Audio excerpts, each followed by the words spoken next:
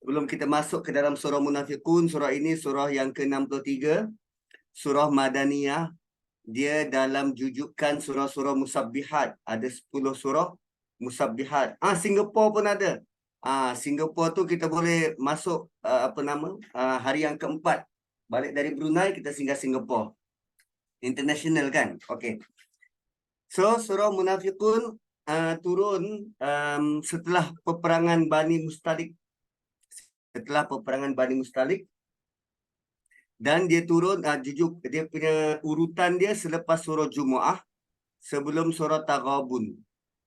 Surah Munafiqun, sebelumnya surah Jumu'ah, dan selepasnya surah Taghabun. Dan surah ini dia berkembar dengan surah Jumu'ah. Surah Munafiqun berkembar dengan surah Jumu'ah. Cuba tengok saja berapa ayatnya. Sini 11 dan sini pun 11. Sini 11 ayat. Surah Jumu'ah pun 11 ayat. So, apa yang menarik kedua surah ini? 8 ayat pertama. Allah cerita tentang kalau surah Jumu'ah, Allah cerita tentang kedudukan Nabi, tugas Nabi, peranan Nabi. Dan kemudian Allah datangkan perangai orang-orang Yahudi. Perangai orang-orang Yahudi yang takut mati. Perangai orang Yahudi yang takut mati. Dan dalam surah Munafiqun, 8 ayat pertama tu Allah berikan penekanan terhadap bagaimana perangai orang-orang munafik. Bagaimana perangai orang-orang munafik. Kedua-duanya, orang Yahudi dan munafik ni, dia ada similarity. Yang satunya takut mati, yang satunya, yang pertama ni dalam surah Jumu'ah, mereka takut mati. Orang Yahudi ni takut mati. Dalam surah Munafiqun, perangai orang munafik ni, dia rasa segalanya berkaitan dengan harta. Kehidupan ni segalanya berkaitan dengan harta. Dan kedua-dua surah Jumu'ah dan Munafiqun diakhiri dengan 3 ayat terakhir yang memberi penekanan terhadap bagaimana menguruskan harta. Bagaimana menguruskan harta. Kalau dalam surah Jumu'ah, tumpuan dan perhatian yang perlu dibuat selepas sembahyang Jumaat dan kritikan dari Allah Subhanahu Wa Taala terhadap la'ibun dan lahwun ni. Sehingga ada satu ketika para sahabat meninggalkan Nabi berkhutbah sorang-sorang, terjegat sorang-sorang kerana ada fanfare yang datang singgah di situ.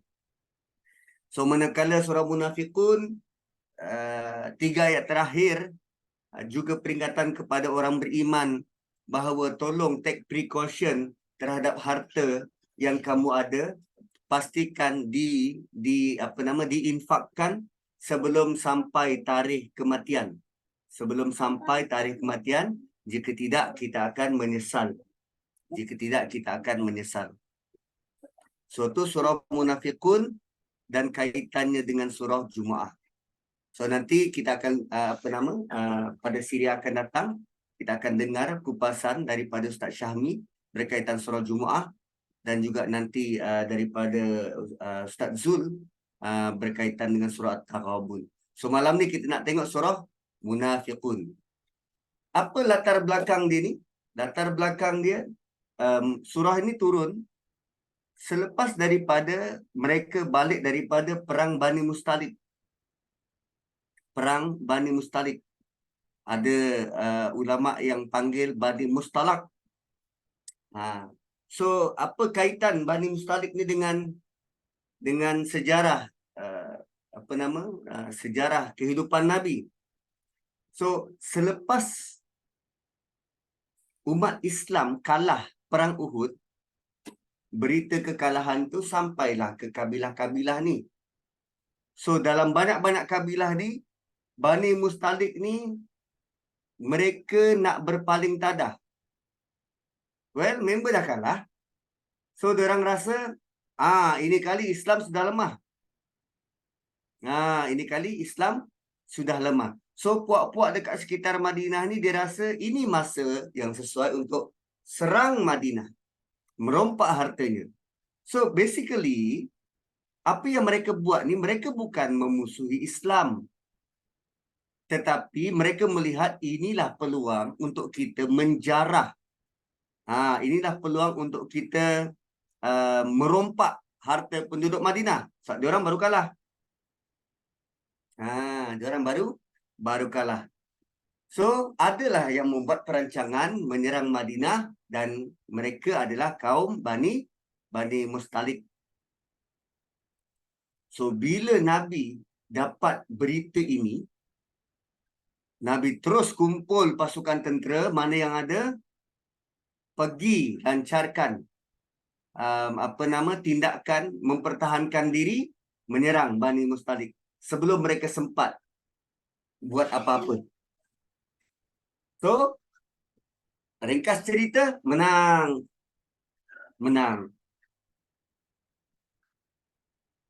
Dan bila menang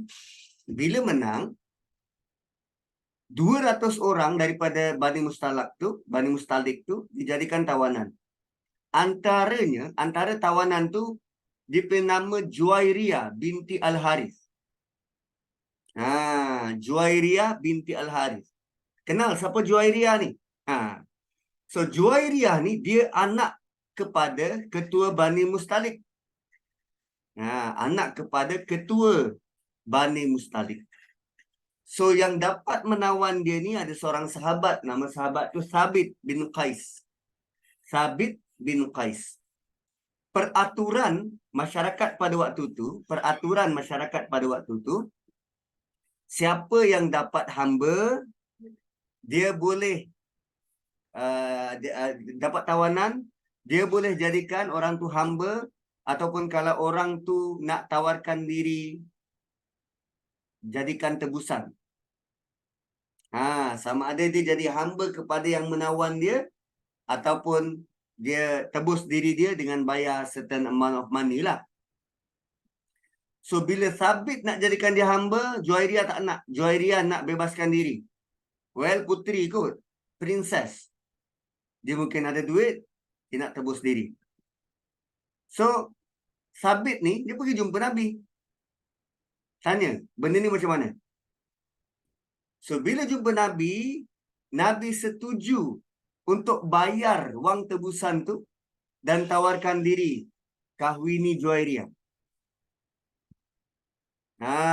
Nabi tawarkan diri berkahwin dengan Juwairiyah dan princess ni setuju. So bila kahwin, sahabat yang lain dia duk fikir,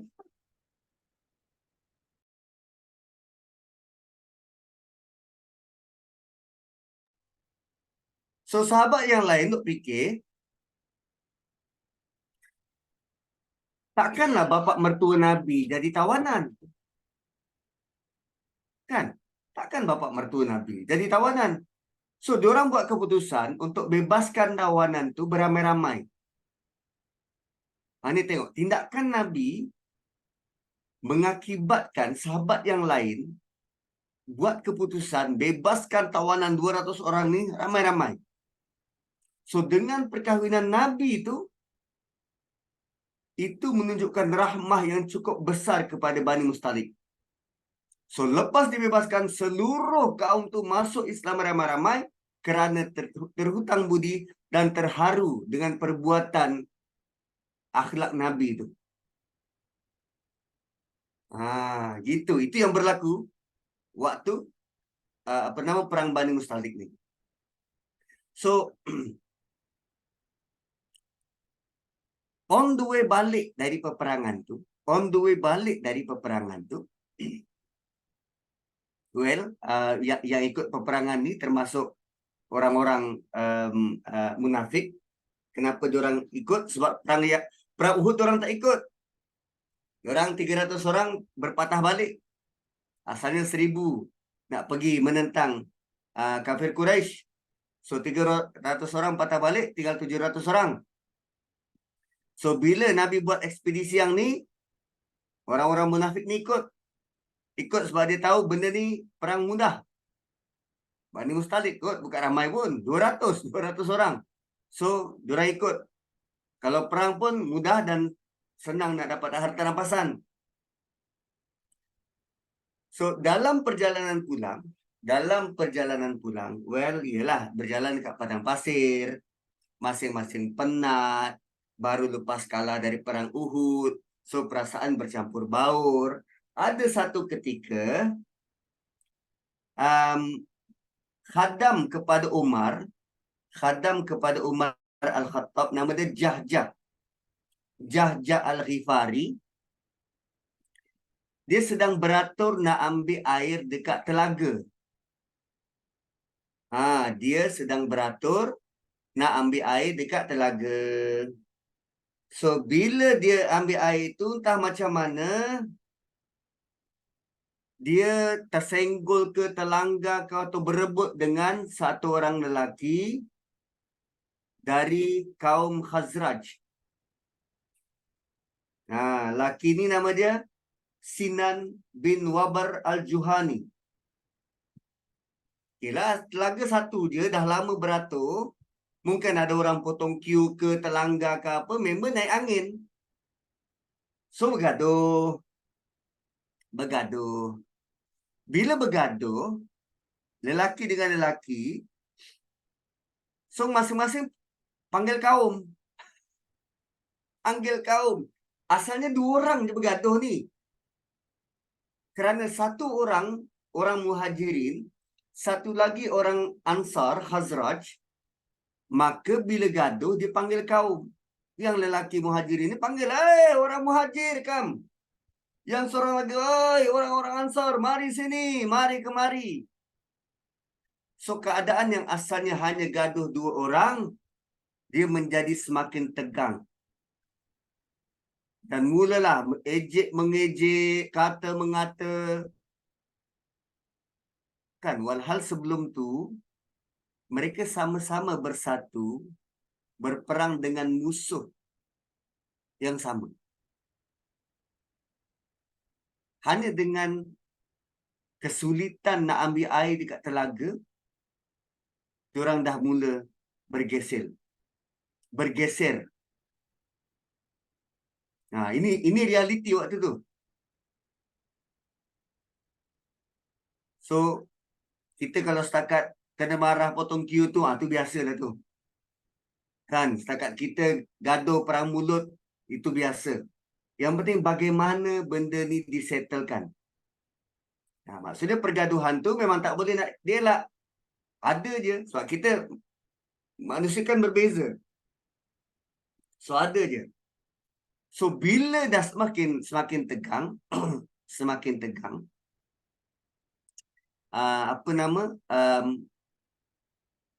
berita ni sampai ke pengetahuan Nabi.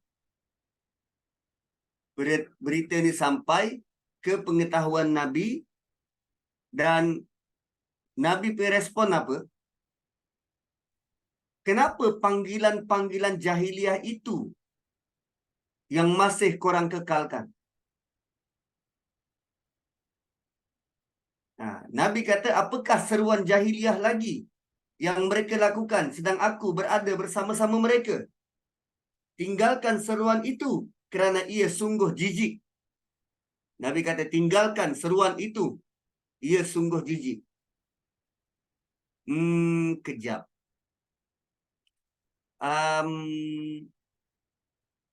Apa yang diorang saling memanggil ni? Apa maksud Nabi seruan jahiliah tu? Kan yang seorang ni panggil, hai orang Muhajirin. Yang seorang lagi panggil, hai orang Ansor. Sedangkan gelaran Muhajirin dan Ansor ni, Allah yang beri. Kan? Kan Allah yang beri gelaran Muhajirin dan Ansor. Kenapa Nabi kata tinggalkan gelaran jahiliah tu? Jeng jeng jeng. Dia tidak kutuk orang depan dia, tak. Dia cuma panggil berdasarkan kaum. Dan memang betul orang tu muhajirin dan seorang lagi ansar. Engkau muhajirin, aku ansar. Tapi kenapa Nabi sebut ini adalah seruan jahiliah? Oh, rupanya apapun gelaran, apapun panggilan, jika ia diguna sebagai alat pemecah belah, itu gelaran jahiliah. Apapun gelaran, ahli sunnah ke, apa Wahabi ke, kalau dia digunakan sebagai alat pemecah belah, kami ahli bait ke, kalau dia digunakan sebagai alat pemecah belah untuk bezakan satu golongan dengan golongan yang lain, itu panggilan jahiliah dan itu adalah jijik.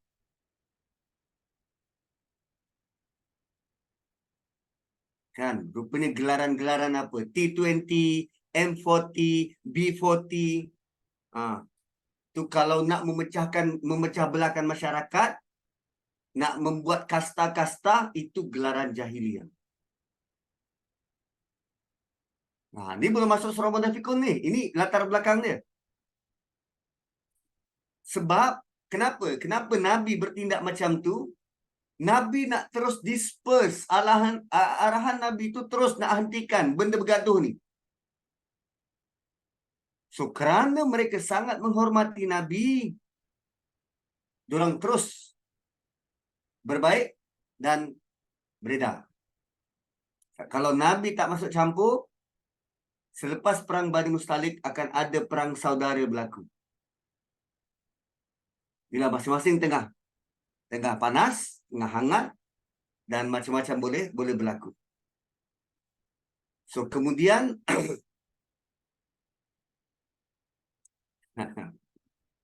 kemudian Abdullah bin Ubay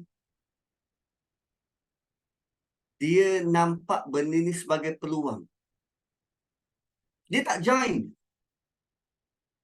Tapi dia nampak benda tu sebagai peluang. Peluang bagaimana? Peluang untuk ambil alih kuasa. Perlu diingat, ini 6 tahun selepas Nabi berhijrah ke Madinah. Ini pada tahun ke-6, ke-5 dan ke-6. Selepas Nabi berhijrah ke Madinah. So, dia sentiasa mengintai-ngintai peluang. Abdullah bin Ubay ni sentiasa mengintai-ngintai peluang untuk mengapi-ngapikan mana-mana pihak. So, bila dia nampak dah gaduh tadi tu, so dia panggil orang-orang Ansar dan buat perjumpaan. Dia panggil orang-orang Ansar, dia berpidato, buat perjumpaan. Dan perjumpaan ini terbuka kepada semua dan salah seorang yang ikut perjumpaan ini nama dia Zaid bin Arqam. Dan Zaid bin Arqam ni waktu tu dia masih kecil. Bila sebut kecil, tak tahu berapa umur, mungkin sekitar berapa? 8 tahun, 9 tahun, 10 tahun. Budak kecil. Budak kecil. So ada satu hadis daripada Zaid dan kita nak tengok bagaimana hadis tu, bagaimana perasaan dia, apa yang dia hadapi, apa yang dia lalui. Supaya sebelum kita masuk surah Munafikun ni, dia ada kaitan rapat dengan surah ni. So daripada Zaid bin Arqam, dia berkata, aku pernah berjalan bersama pakcikku. Kemudian aku dengar Abdullah bin Ubay bin Salul. Dia berjalan pergi masuk grup tu. Dia dengar Abdullah bin Ubay kata, janganlah kalian berinfak pada orang-orang yang ada di sisi Nabi sehingga mereka pergi meninggalkan beliau. Tu perkataan pertama yang dia dengar. Kemudian dia juga berkata, kalau kita kembali ke Madinah, orang-orang yang mulia akan mengusir orang-orang yang hina. Nampak tak cara Abdullah bin Ubay buat provokasi? Dia tak sebut nama orang, dia tak sebut siapa, dia letak general. Dia kata orang mulia akan usir orang hina. Lalu benda ni Zaid bin Arqam dia kata, aku pun menyampaikan hal ini kepada pak cikku. Dia sampaikan pada pak cikku, pak cik dia. Kemudian pak cik dia sampaikan kepada Rasulullah sallallahu alaihi wasallam. Perlu diingat hadis ni from Zaid bin Arqam punya point of view. Dia sampaikan pada pak cik dia sampaikan pada Nabi. Kemudian Nabi utuskan seseorang panggil Abdullah bin Ubay dan rakan-rakannya. Mereka bersumpah tidak berkata demikian. Kemudian Abdullah bin Ubay bersumpah tak cakap macam tu. Kemudian Rasulullah percaya pada Abdullah bin Ubay dan mendustakan aku. Ini apa yang kanak-kanak tu rasa. Bila Abdullah bin Ubay dipanggil Nabi, dia masuk ke dalam apa? Dalam kemah. Budak-budak mana nampak kat luar kemah kan? Dia tak tahu apa berlaku dalam kemah. So kemudian tak lama lepas tu dia tengok Abdullah bin Ubay keluar dari kemah. Tidak dikenakan apa-apa tindakan. So budak ni buat conclusion, Nabi setuju dengan Abdullah bin Ubay dan tak percaya pada aku. Ni yang budak tu rasa. So aku rasa sangat sedih.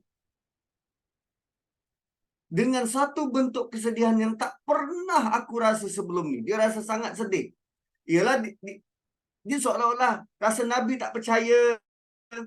Nabi tak kenakan tindakan. Kan macam kita kan. Ngadu pada kerajaan, tak ada ambil tindakan, lalu kita rasa sedih. Dan kita meroyan dekat FB. Kan, bukan ada beza dengan Zaid bin Arqam, sama je. Kan, bertindak macam tu. Aju pada JAKIM, lepas tu JAKIM tak buat apa-apa, lepas tu kita kutuk JAKIM. Kita tak nampak tindakan yang dibuat. Seolah-olah Nabi bersetuju dengan Abdullah bin Ubay. So, dia rasa sedih dan kesedihan yang tidak pernah aku rasakan. Lalu aku pun duduk di kemahku, di rumahku. Kemudian, Allah menurunkan firman-Nya, yaquluna la irja'na ilal madinati la yukhrijanna al-a'azzu minha al-adzal. Itu dalam surah Munafiqun sampailah ke ayat 8. Dan kemudian Rasulullah mengirimkan utusan kepadaku agar aku menemui baginda. Kemudian baginda membacakan ayat ni kepadaku. Baginda pun bersabda, sesungguhnya Allah percaya pada engkau. Sesungguhnya Allah telah membenarkan engkau. So basically itu yang terjadi. Zaid bin Arqam punya versi cara dia melihat. Dan kita akan baca surah Munafiqun. Surah Munafiqun. Sebab orang pertama yang dengar surah Munafiqun selepas Nabi dapat wahyu ni ialah Zaid bin Arqam. Zaid bin Arqam. So nanti bila kita masuk, kita baca surah Munafiqun, kita akan lalui bagaimana cara Allah pujuk Zaid bin Arqam supaya jangan bersedih. Itu yang menakjubkan surah ni. Cara bagaimana Allah pujuk Zaid bin Arqam dan Allah jelaskan kepada Zaid bin Arqam apa yang berlaku. Apa yang berlaku sebenarnya. Kan dia bagi tahu pada pakcik dia. Pakcik dia sampaikan pada Nabi. Dia tak masuk kemah tu. Dia berada di luar kemah Nabi. So dia tanya apa berlaku dalam kemah Nabi tu. Waktu Abdullah bin Ubay bin Salul masuk, apa yang berlaku? Dia tak dengar. Sekarang Allah bagi tahu apa berlaku dalam kemah.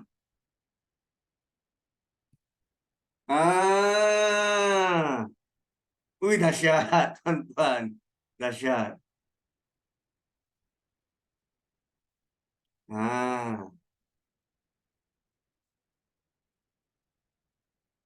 So, surah Munafiqun nanti kita akan tengok bagaimana Allah terangkan kepada anak kecil ini apa yang berlaku dan menjadikan dia gembira. So kita, ada tak kita masa untuk terangkan kepada anak kecil apa sebenarnya yang berlaku sehingga boleh menghilangkan kesedihan dia. Sampai macam tu Allah layan anak sekecil itu agar dia bila besar nanti dia boleh jadi the best version of himself. Bila dia baca Quran, dia akan rasa this is my life. Dan ini bentuk bagaimana Allah sangat menyantuni manusia. Ui, dahsyat. Dahsyat. So, Abdullah bin Ubay, apa yang dia buat tu, dia buat menghasut dan provokasi tu, benda tu sangat bahaya. Well, benda-benda yang bahaya macam ni bukan kita tak tahu. Kalau Omar, Omar dia dah bersedia dah nak penggal leher Abdullah bin Ubay. Dia dah minta pada Nabi, boleh tak? Aku penggal leher dia. Tapi Nabi tahan. Nabi tahan. Kan Nabi jawab apa? Nabi kata, Umar kata, suruh Ubaid bin Bishr membunuhnya. Nabi jawab, hai Umar, nanti apa orang cakap? Muhammad membunuh sahabatnya. Tu kerisauan Nabi. Maksudnya bunuh bukannya jalan penyelesaian.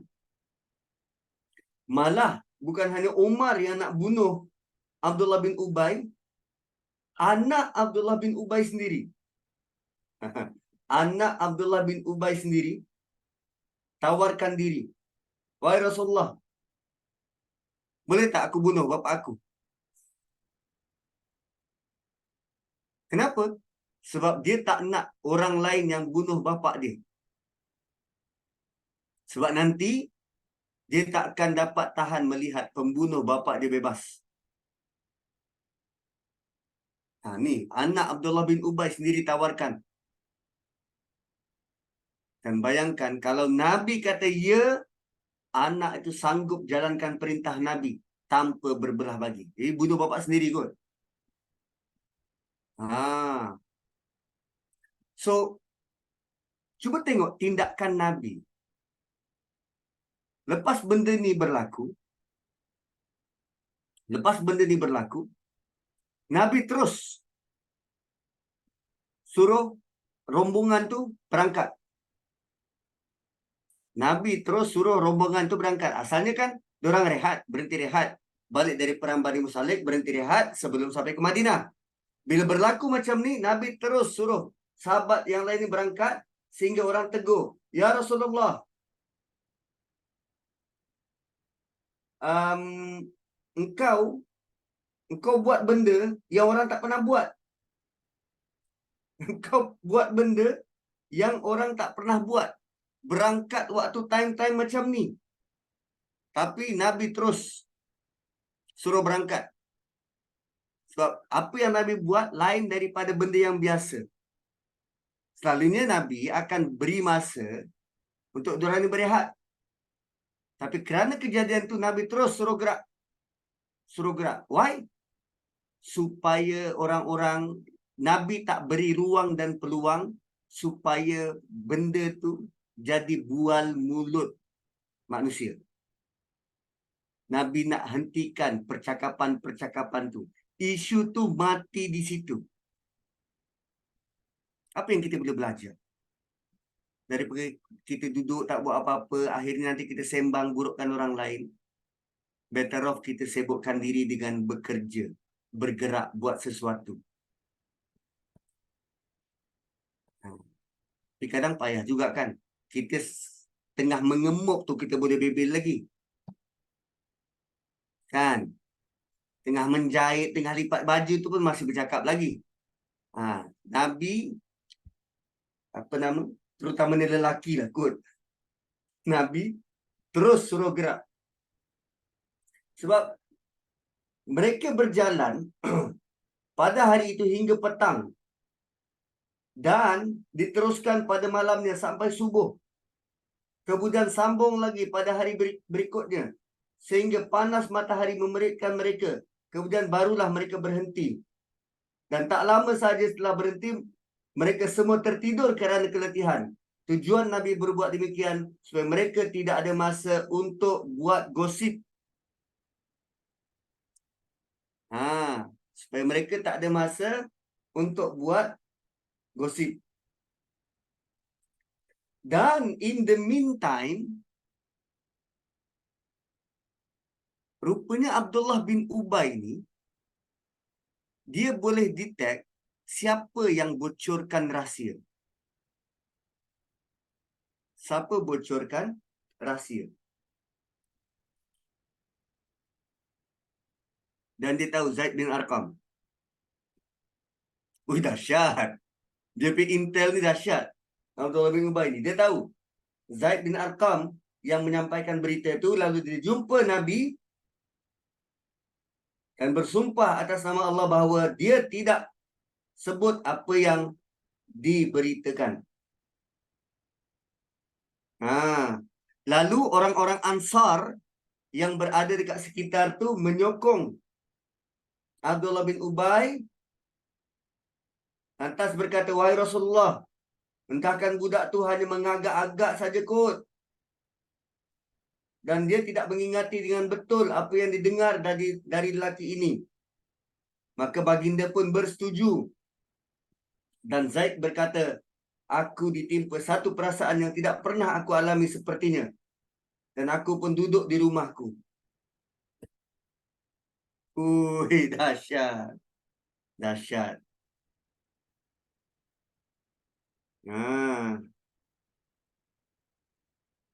Okey. So, jom kita tengok apa yang ada dalam surah ini. Surah yang ada 11 ayat. 11 ayat. So, Allah mulakan dengan sekejap nak tukar ke bahasa yang sama-sama boleh faham. So, Allah mulakan dengan idza ja'akal munafiqun. Peristiwa ketika Zaid bin Arqam tak tahu apa yang berlaku dalam kemah Nabi. So, Allah cerita pada Zaid bin Arqam, idza ja'akal munafiqun, ketika datang kepadamu wahai Muhammad orang munafik. So, datang orang munafik ni dalam bentuk ja'aka. Kita nampak dia mungkin datang bersahaja, tapi dalam hati dia penuh dengan perancangan. Mereka datang penuh dengan siap siaga. Bahasa yang digunakan, mereka datang tu dalam bentuk ja'a. Ada rancangan besar, ada perancangan besar, ada niat besar. Dan mereka datang mungkin ja'a dalam bentuk berat hati mungkin. Nak datang jumpa Nabi, ja'akal munafiqun. Dan ini cara orang-orang munafik datang jumpa Nabi. Datang bukan niat yang betul. So, qalu, mereka kata, nashhadu innaka la Rasulullah. Nashhadu, kami bersumpah, kami menyaksikan, kami bersaksi. Innaka la Rasulullah. Sungguh engkau. Sumpah engkau ni Rasulullah. Berapa banyak penekanan tu. Nashhadu satu, innaka dua, la Rasulullah. Tiga, empat penekanan. Kami bersumpah mengakui bahawa sesungguhnya engkau sebenar-benarnya Rasulullah. Perlu ke sampai macam tu? Tapi itulah gaya bahasa orang munafik. Dia buat penekanan demi penekanan. Nak bagi tahu konon-konon diorang benar-benar beriman. Kan cakapnya tu nada dia lebih-lebih. Kan? Itu antara point diorang ni nak tunjuk je. Nak show off. Konon-konon diorang lah paling beriman. Kan? Dan kita boleh kesan daripada perangai orang yang macam ni, yang beria sangat, mesti ada something wrong. Ada udang di sebalik batu. Kan, inilah kadang-kadang kalau kita balik rumah, apa nama? Katalah balik rumah, so kita disambut oleh anak Abror lah. Kan, Abror sambut depan pintu. Selama ni dia tak nak sambut pun. Tapi hari itu dia sambut. Dia sambut, girang gembira, tarik tangan kita, suruh duduk, disiapkan air. Hai, lain macam budak ni hari ni. Something wrong ni. Oh, dah habis semua, baru dia bagi tahu. Bu, sorry bu, Abror terpecahkan pasu dari Turki tu. Kan, ada udang di sebalik batu. So, apa yang dia cuba tunjuk ni sebenarnya sangat obvious. Diorang tak suka pun. Tapi kerana berada depan Nabi, nashhadu innaka la Rasulullah, kami bersumpah engkaulah sebenar-benar Rasul. Kan sama macam kita tak pernah kata sumpah aku beriman. Tak. Iman tu apa yang ada dalam hati. Tak perlu dilafazkan pun. Tapi kalau ada yang bersumpah depan kita, sumpah Ustaz, saya benar-benar beriman. Hai, iman tak perlu disumpah-sumpah. Kau perlu tunjuk je hatimu yang ikhlas untuk beriman. Apa yang dibuat oleh orang munafik, begitulah. Cumanya tuan-puan, bila sebut tentang bab munafik ni, dia adalah satu bab yang sangat kompleks. Munafik ni dia adalah satu sifat yang sangat kompleks. Dan sebahagian besar Quran, bila sebut tentang munafik, Allah datangkan gambaran yang sangat banyak nak bagi tahu pada kita tentang munafik ni bagaimana. Dia bukan hanya satu jalan, tetapi dia multiple dimension yang Allah datangkan nak tunjuk perangai munafik ni bagaimana. Kadang Allah relate dengan orang Yahudi. Kadang Allah relate dengan penyakit hati. Kadang Allah relate dengan orang yang macam ni. Yelah, kalau sebut tentang beriman, Allah bagi tahu simple je. Alladzina yu'minuna bil ghaibi wa yuqimuna as-salata wa mimma razaqnahum yunfiqun. Walladzina yu'minuna bima unzila ilaika wa ma unzila min qablika wa bil akhirati hum yuqinun. Orang beriman. Orang kafir, innal ladzina kafaru sawa'un 'alaihim a'anzartahum am lam tunzirhum la yu'minun. 2-3 ayat je, beriman dan kafir. Tapi selepas daripada itu, 13 ayat berturut-turut sebut tentang munafik. Sebab tu kita, bila nak sebut tentang munafik atau nak beri gelaran pada orang lain munafik, no. Dia tidak sesimpel itu. Sebab banyak perkara dalam agama, dalam beragama ni tuan-puan, kita anggap benda tu ringan. Tapi di sisi Allah benda tu berat. Dan ada kalanya Allah sangat menganggap benda tu ringan, tapi kita yang jadikannya kompleks.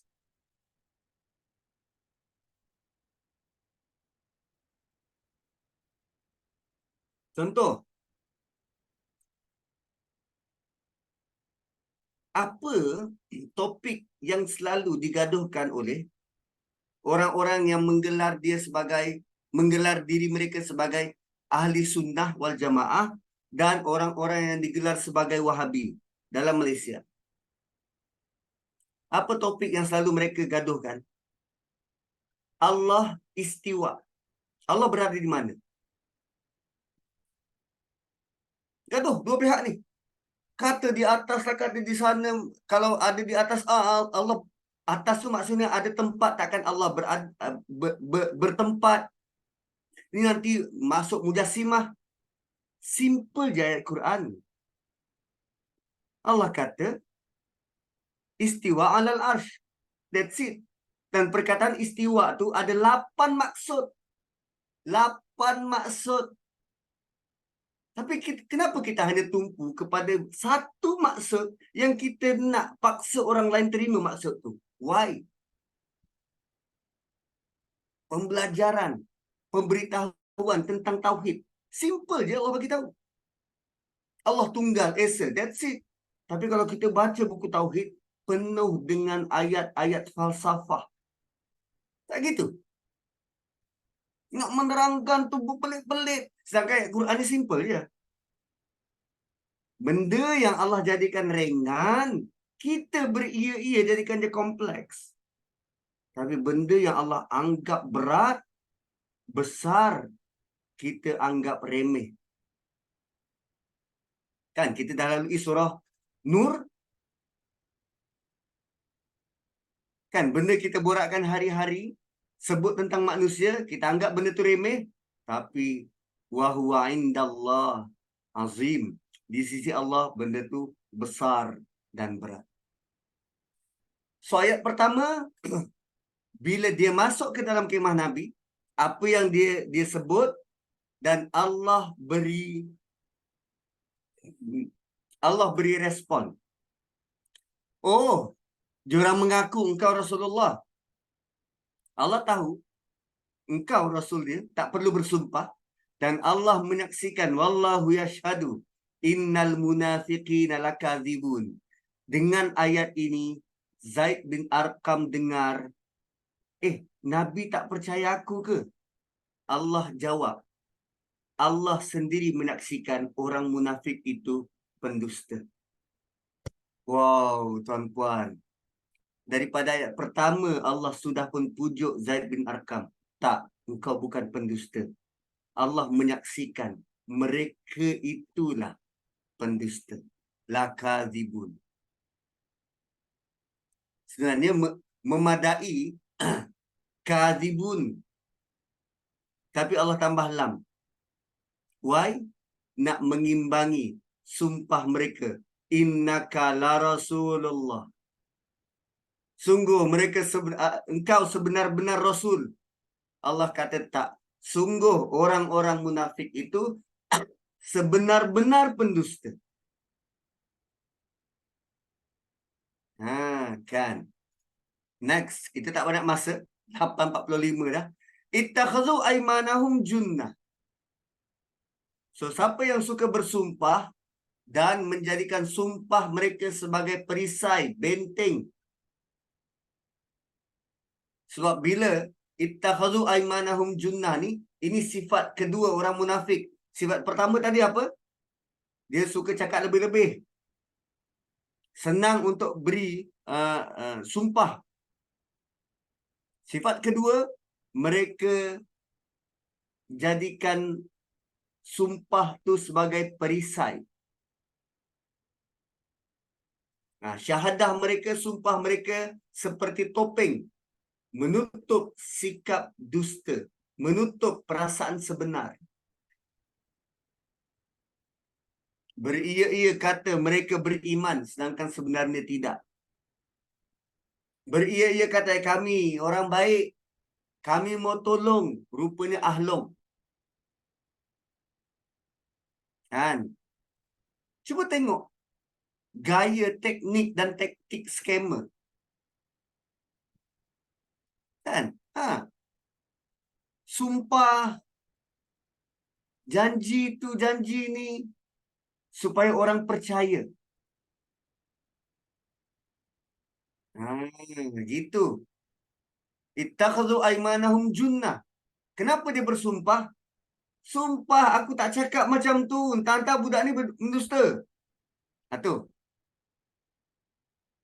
So Allah beritahu, walaupun orang munafik tu bersumpah depan Nabi, Allah kata sumpah itu sebagai perisai. Fasaddu an sabilillah. Untuk selamatkan diri mereka. untuk selamatkan diri dan juga untuk mengganggu orang lain, menghalang dari menurut jalan Allah. Orang buat macam tu nak selamatkan diri.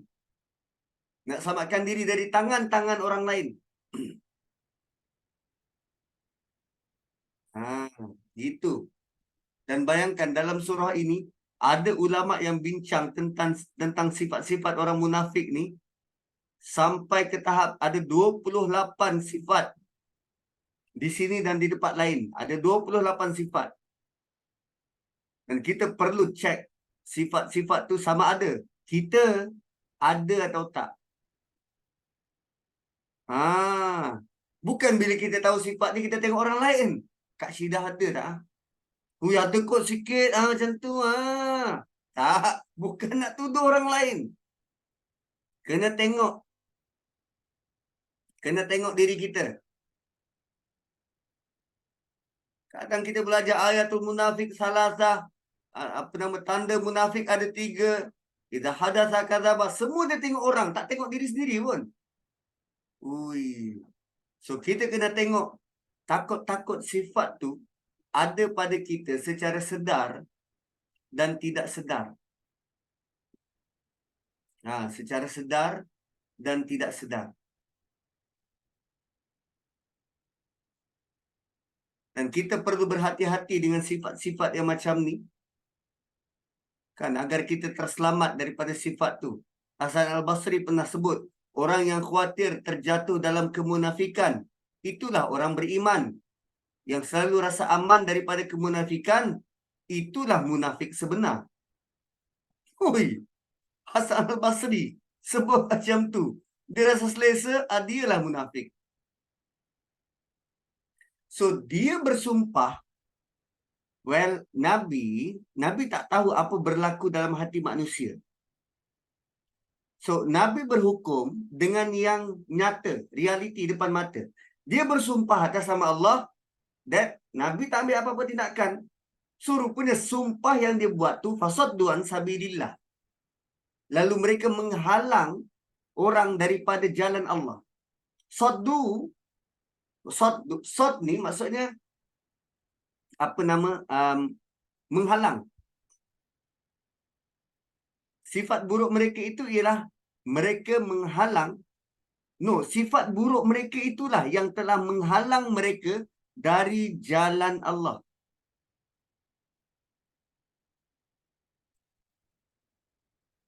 Lalu kita kata saya bukan tak nak baca Quran, tapi boleh jadi Allah yang tak nak dengar bacaan saya.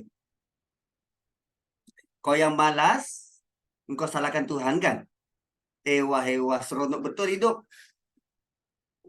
Tak, saya tak baca Quran kerana dosa saya punya banyak sehingga saya tak terasa nak baca.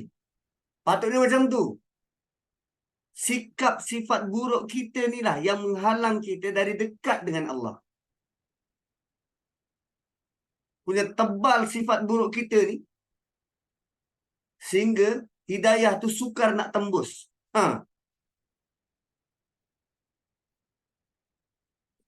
So, fasaddu an sabilillah. Pertama tadi, sifat buruk dia menghalang mereka dari jalan Allah. Maksud kedua, fasaddu an sabilillah ialah mereka cuba rosakkan iman orang lain. Mereka halang orang lain dari jalan Allah. Mereka hasut orang lain dari jalan Allah. Innahum sa'a ma kanu ya'malun.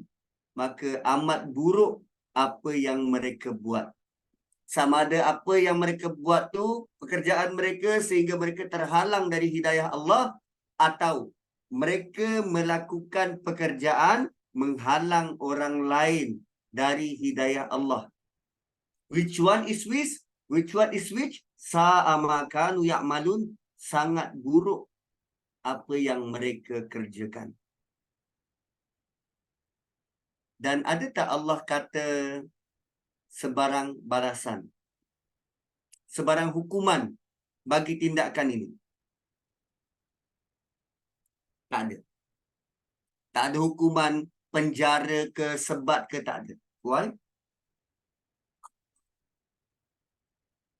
Sebab bila Allah tak sebut hukuman di dunia, sebenarnya tak ada hukuman yang setimpal untuk perbuatan ini, melainkan azab neraka. Wal'iyazubillah. Ada banyak kesalahan yang Allah tak sebut hukuman di dunia. Nah, antaranya riba. Allah tak sebut dekat dunia. Hukuman yang setimpal sana di akhirat.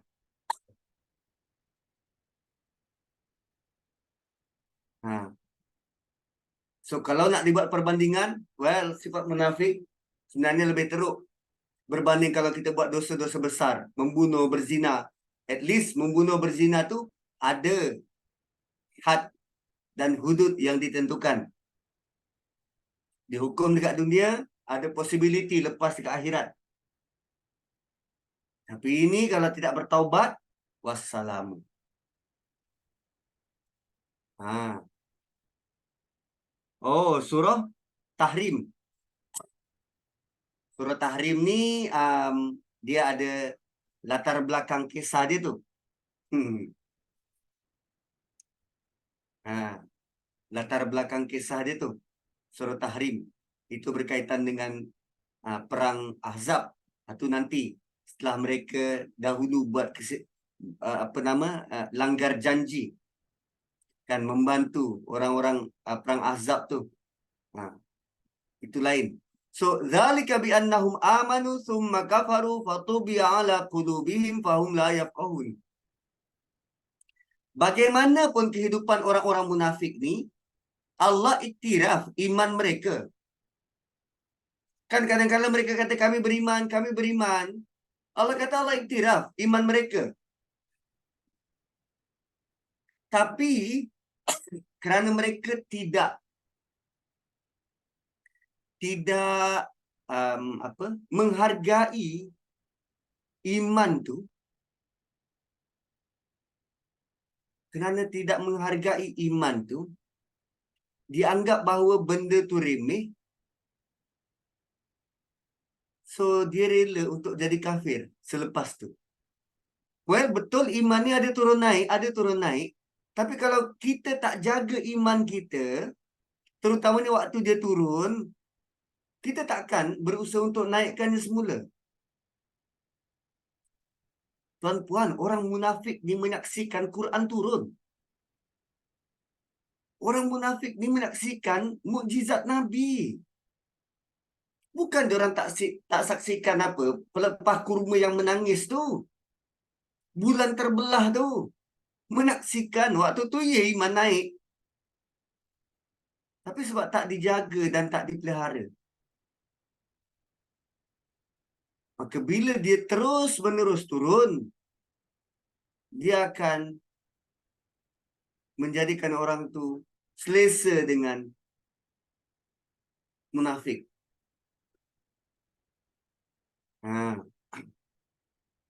Dan bila Allah sebut tentang iman, Nabi pun tak tahu. Nabi pun tak tahu kadar iman dan kekufuran mereka ni. Nabi tak tahu. Tapi bila Allah sebut tentang iman, dia menunjukkan Allah sedang bagi tahu apa yang ada dalam hati mereka. Kejap percaya, kejap tak, kejap percaya, kejap tak. Summa kafaru, kemudian mereka kufur. So fatubi ala qulubihim. Proses ini makan masa. Kejap beriman, kejap tak, kejap beriman, kejap tak. Dia bukan hari ini beriman, besok kafir, terus hati dia terus dikunci. Tak. Dia turun naik, turun naik. Bila berlaku pergolakan tu, turun naik, maka akhirnya fatubi'ah, Allah meterai. Allah meterai ala qulubihim, atas hati mereka akan kekufuran. Fahum la yafqahun. Lalu mereka tidak dapat memahami realiti itu dalam-dalam. Faqih, kefahaman yang mendalam. So dunia ini dia tak nampak dengan jelas. Kehidupan tu dia tak nampak dengan jelas. So tu bab iman. Tadi di atas Nabi nampak diorang bersumpah. Nabi dengar. So kerana sumpah tu nampak, maka Allah tutup dengan sesuatu yang boleh nampak, amal. Sesuatu yang boleh nampak, amal. Tapi bila Allah sebut tentang iman, Allah tutup dengan kefahaman. Tuan-puan nampak tak kefahaman saya? Tak nampak. Kefahaman ni tak nampak. Kan kita tengok dia diam, senyap. Tanggapan kita, wow, ini tentu orang yang berilmu. Rupanya bila bercakap, Ya Rabbi, baru terserlah kebodohan dia tu. Kefahaman ni tak nampak. Kefahaman tu tak nampak. So, dzalika bi annahum amanu thumma kafaru fatubi'a ala qulubihim fahum la yafqahun. So, ada satu hadis Nabi tentang orang munafik ni, tentang orang munafik. Tapi hadis tu panjang. Hadis tu panjang. Okey. Hanzalah. Beliau adalah antara jurutulis Nabi. So beliau kata, Abu Bakar pernah menemuiku. Lalu beliau berkata padaku, bagaimana keadaanmu Hanzalah? Aku jawab, Hanzalah kini telah jadi munafik. Ini kes yang dia rasa diri dia munafik. Lalu Abu Bakar kata, Subhanallah, apa yang kau kata ni?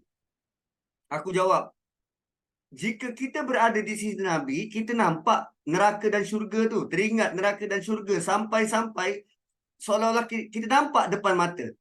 Tapi kalau kita keluar, balik ke rumah, bergaul dengan anak isteri, kita lupa. Abu Bakar dengar macam tu, dengan logik macam tu. Ma'alah, aku pun macam tu. Lalu diorang berdua nangis. Tuan-puan, kita kalau dengar nasihat macam tu, kita rasa apa?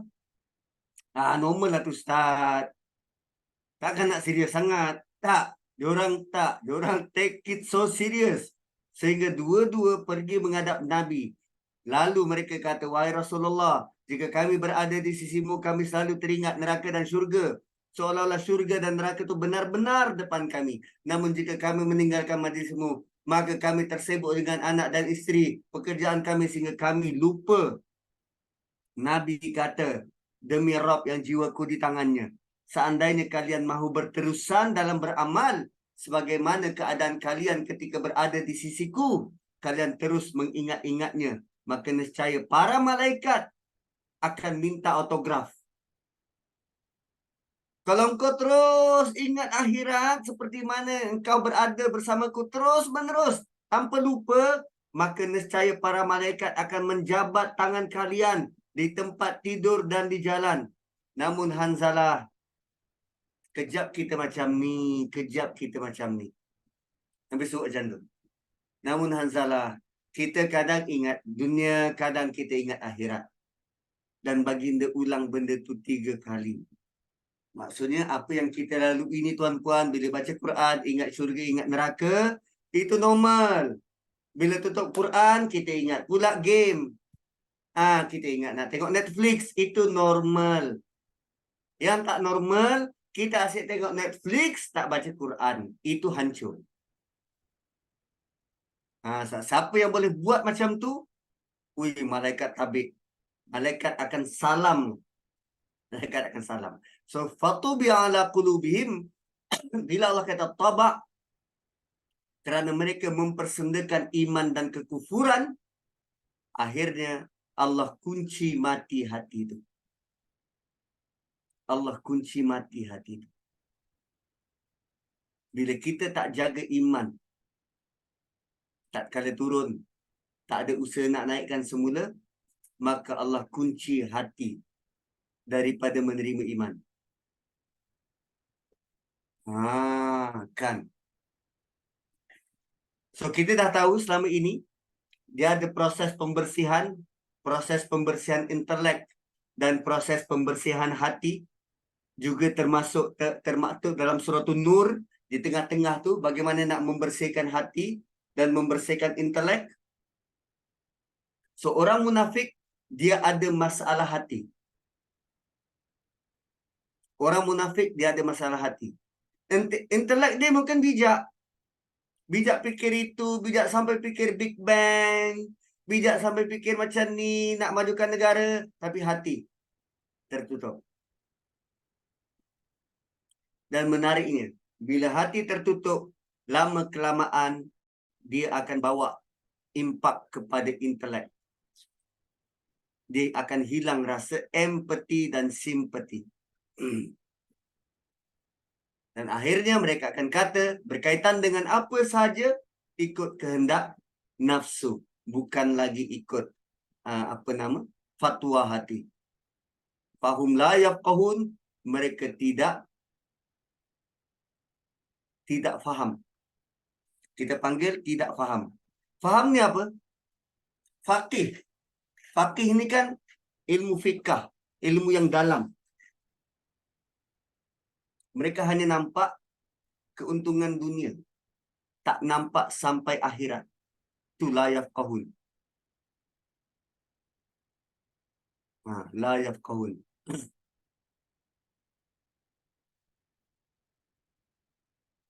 Dan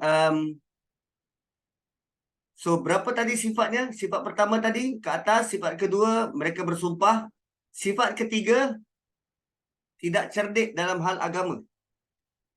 Tu fatu bi ala qulubihim fahum la yafqahun. Tidak cerdik dalam hal beragama. Kalaupun mengaji bukan niat untuk dalami agama. Tapi sebab ustaz-ustaz ni dipandang tinggi dalam masyarakat, boleh dapat duit senang, sebab tu dia ngaji. Bukan untuk nak dalami agama. Bukan untuk nak kenal Tuhan. Gitu. Sifat ketiga. Kemudian, diorang ni bukan lekeh-lekeh. Sifat seterusnya, penampilan mereka nampak hebat. Wa idza ra'aitahum tu'jibuka ajsamuhum, badan sador. Atau dia berperwatakan menarik. Engkau tertarik hati kepada tubuh badan mereka. Wangi, kan bersih mungkin. Apa saja yang boleh mendatangkan tarikan fizikal. Ajsam, badan. Boleh jadi kekayaan, harta, banyak, pengikut ramai. Kan nampak promising, ada karisma.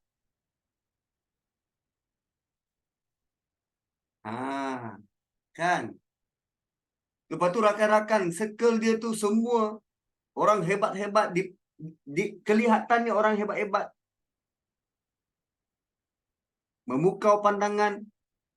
Kan scammer kan macam tu. Datang dengan kod dan bertai.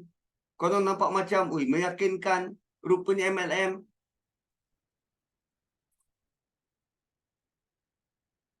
Tu penampilan mereka hebat. Wa in yaqulu tasma' liqaulihim.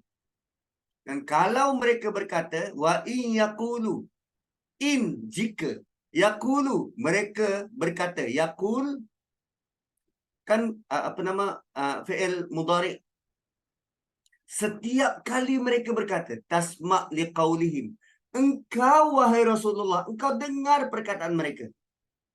How powerful. How powerful are they? Kalau mereka bercakap, Nabi sendiri akan dengar. Nabi beri perhatian.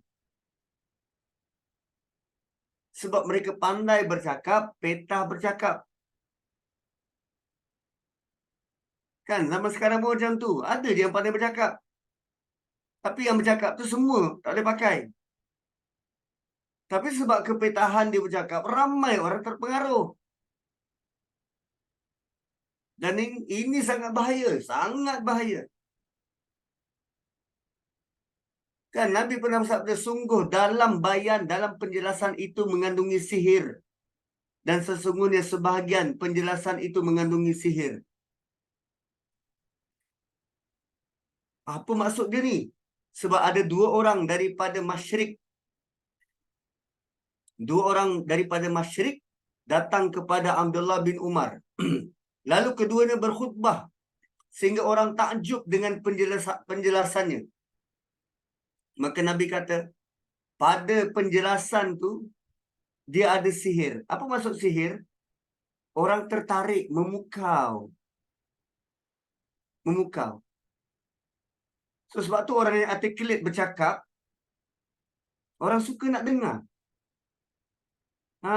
Aku kan gagap bercakap.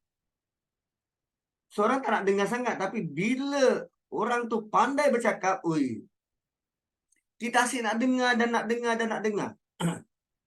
Kita mungkin tidak hidup zaman Soeharto. Soekarno.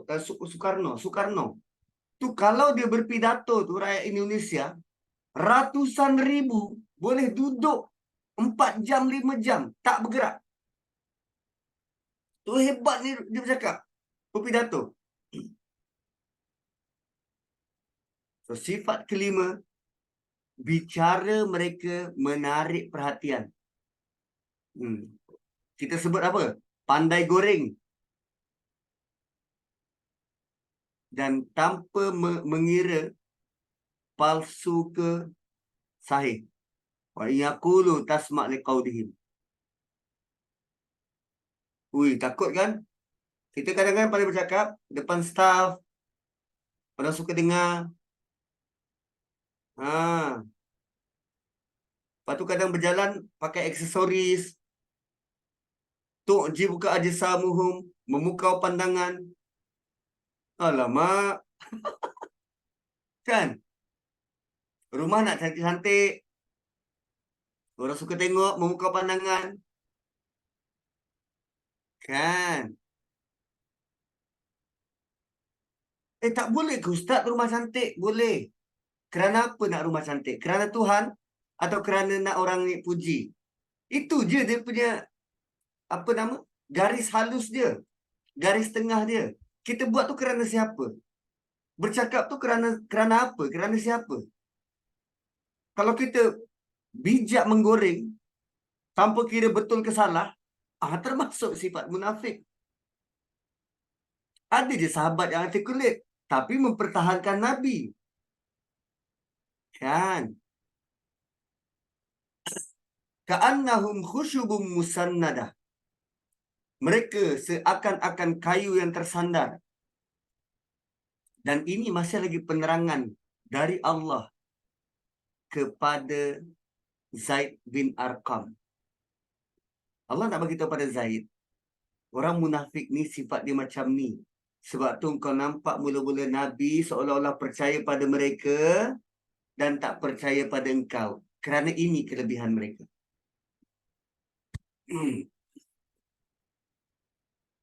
Allah cuma bagi tahu, diorang nampak gah, luaran, pandai bercakap. Sebenarnya diorang ni sama macam kayu-kayu yang tersandar. Kononnya nampak macam kuat, tapi sebenarnya dia tegak tu pun bersandar. Kita kalau kita sandarkan kayu dekat dinding, kan, sandarkan kayu kat dinding, adakah benda tu utuh dan kukuh? Tak, sebab kita sandarkan aja. Angin tiup boleh tumbang. Allah bagi tahu diorang tak ada sebarang kekuatan pun. Allah tak kata kayu yang kosong, tak. Kayu tu macam pensel kita sandarkan. Sandarkan ke dinding. Tidak ditanam, tak diikat, tak dipaku. Disandar je. Tu Allah beri isyarat bahawa mereka kelihatan seperti pokok kayu, tapi dia tak ada sebarang tempat bergantung. Dan lagi satu, kenapa kayu? Kenapa kayu? Sebab kayu ni kegunaannya Selain daripada jadi dinding, pintu dan tiang, dia tak ada kegunaan lain.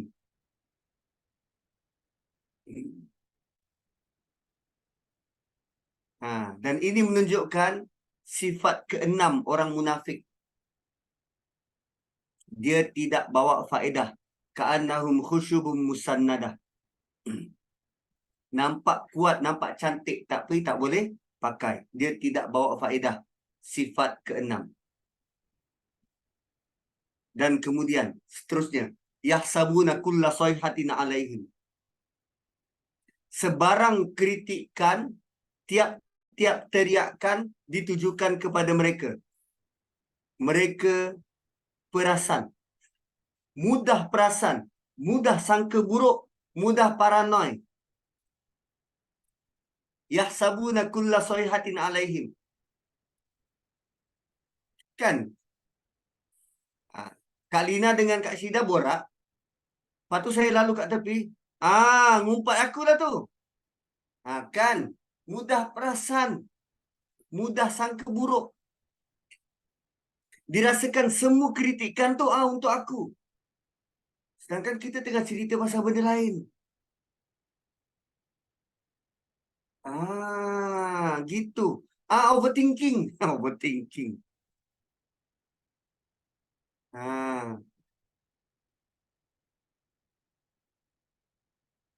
Dan bila surah ini turun, lantas anak-anak ini, kan anak-anak kecil Zaid bin Arqam ni akan baca surah ni, surah Munafikun. So, kan ada sumpah, kan ada perkataan innaka la Rasulullah, perkataan Abdullah bin Ubay tu. So, bila dibaca, Abdullah bin Ubay dengar, dia rasa, wah, ini sudah melampau. Mereka sudah memalukan kita. Niat kita perangai sudah di-reveal. Kita sudah dimalukan. Sebab itulah selepas surah ini turun, dalam perjalanan yang sama, berlaku peristiwa Ifki. Mula-mula peristiwa ni berlaku. So on the way back tu sebelum sampai Madinah, tu yang berlaku Aisyah dengan Safwan. Sampai Madinah, peristiwa Ifki tercetus. So, peristiwa Ifki itu adalah balas dendam Abdullah bin Ubay terhadap apa yang dikenali. So, sifat ketujuh apa? Yahsabuna kulla sayhatin alaihim. Mereka rasa semua kritikan tu dituju pada mereka. Sedangkan kita sebut tentang benda lain. Super sensitif. Anak-anak kafar belajar tentang kematian. Dia sensitif lebih. Asyik cerita pasal mati je lah korang ni. Stres aku. Wahai yang belajar anak-anak kafar. Dia mak-mak yang lebih. Kan? Yang terbaru kan dia nak semua cikgu-cikgu berlawa-lawa kan? Bermakeup. Dia tengok cikgu ni semua pucat-pucat, tak berseri. Ewah, cikgu punya banyak kerja lain kau suruh bermakeup. Kang nanti kalau cikgu-cikgu bermakeup, laki kau tertarik, nganga kau.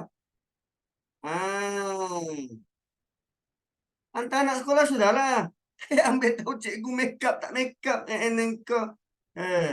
So humul adu fahdharhum. Mereka itu musuh, maka berwaspadalah. So tuan-puan, Allah dah letakkan sifat dan sikap mereka pada ayat ini. Allah nak kita berhati-hati. Dan jangan rapat sangat. Allah kata mereka tu musuh. Fahdharhum. Waspada. Berhati-hati dengan orang macam ni. Waspada. Jangan terikut dengan cara hidup tu. Malah pandangan hidup mereka salah. Terutamanya tentang bab keuangan. Pandangan hidup mereka salah. Terutamanya bab infak. Pandangan hidup mereka salah. Nanti kita belajar tentang keuangan, tentang infak. Apa yang Allah nak kita buat tentang harta kita, berkaitan harta kita. Bukankah pendapat masyarakat? Kan? Ya, bukan segalanya perlu duit. No, apa? Duit bukan segalanya. Tapi segalanya perlu duit. Itu kan pandangan cari hidup yang salah. Patutnya duit bukan segalanya. Tapi segalanya perlu pada Tuhan.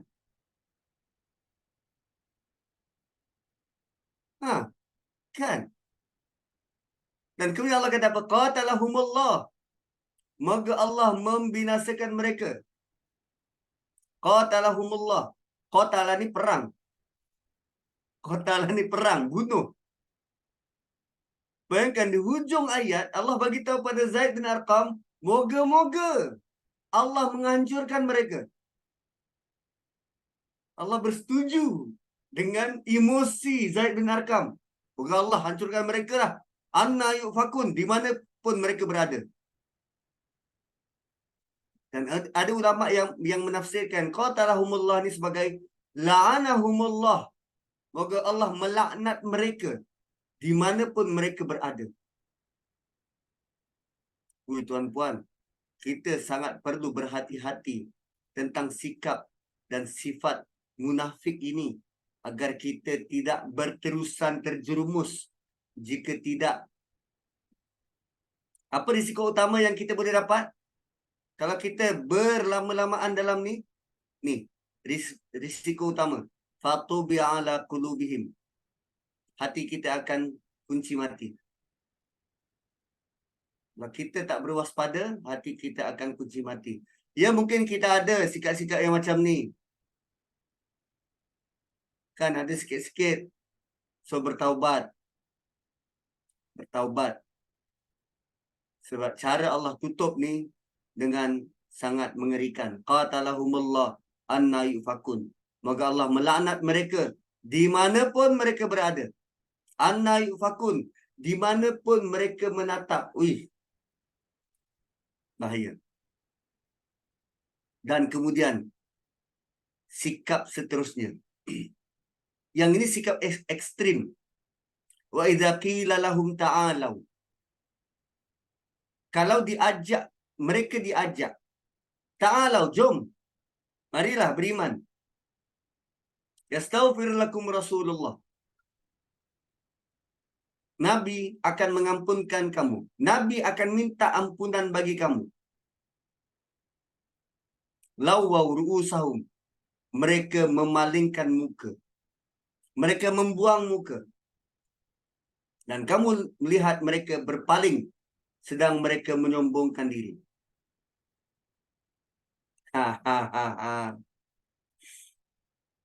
Okey, ayat ni cerita dia, diorang dah sampai Madinah.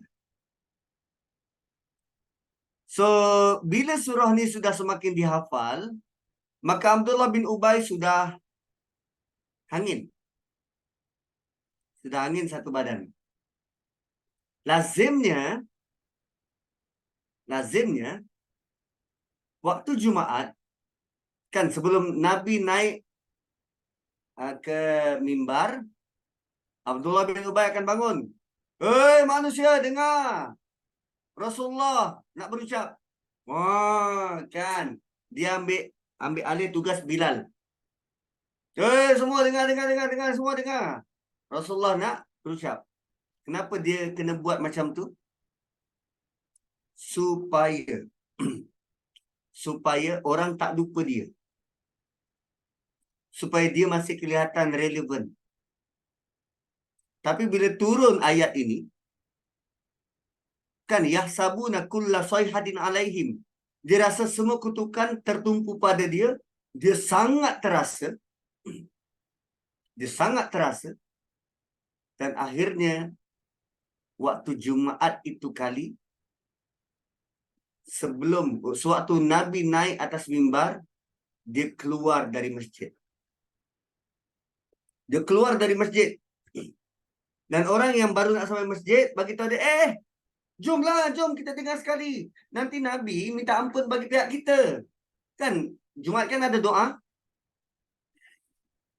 Dan surah sebelum ni surah apa? Surah Jumaat. Kan, antara rukun Jumaat ialah baca doa untuk kaum muslimin dan muslimat. Tu yastaghfir lakum Rasulullah. Rasulullah mintakan ampunan bagimu.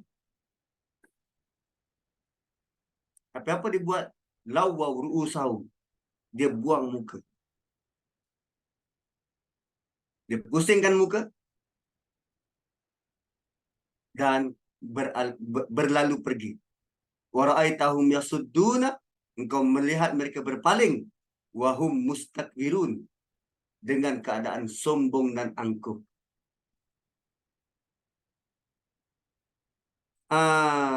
Kan.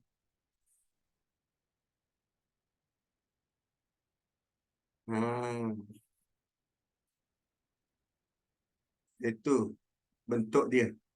Dia lari. Dan dia lari itu dalam keadaan mustakbirun. Dan Allah letakkan sifat yang sama seperti mana iblis. Dan bayangkan tuan-tuan, selepas daripada peristiwa itu, tak lama lepas tu Abdullah bin Ubay mati. Tak lama lepas Abdullah bin Ubay mati.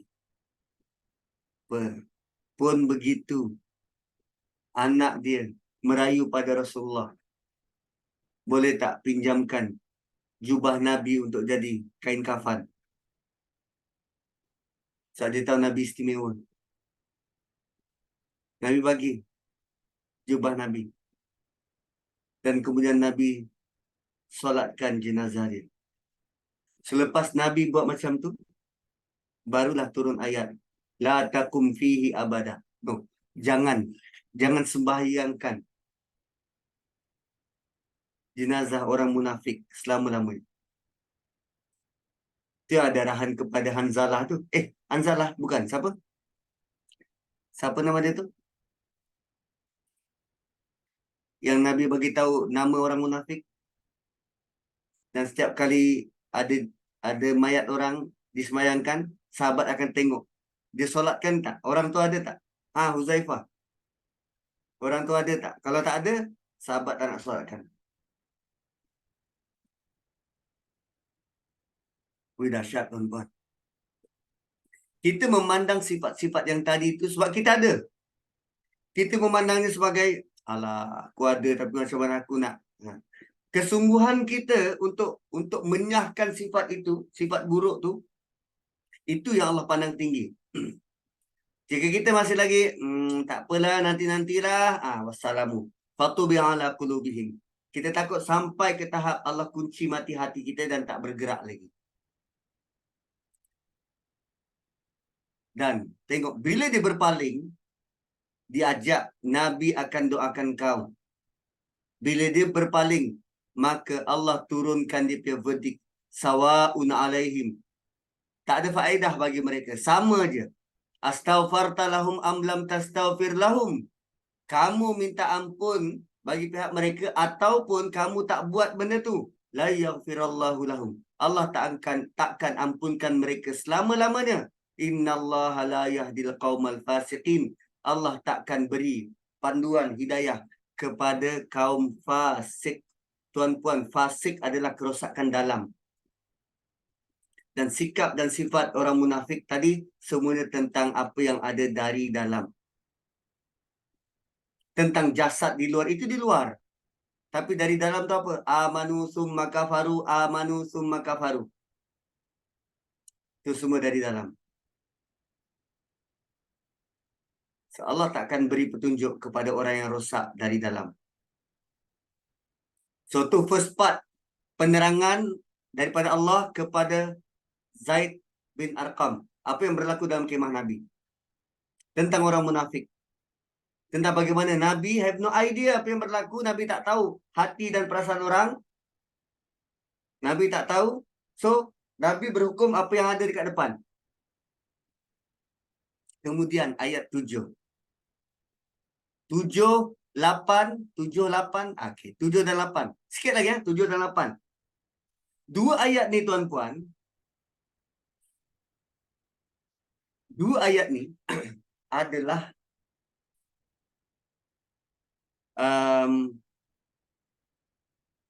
aduan Zaid bin Arqam kepada pak cik dia, dan pak cik dia sampai kepada Nabi, sampaikan kepada Nabi.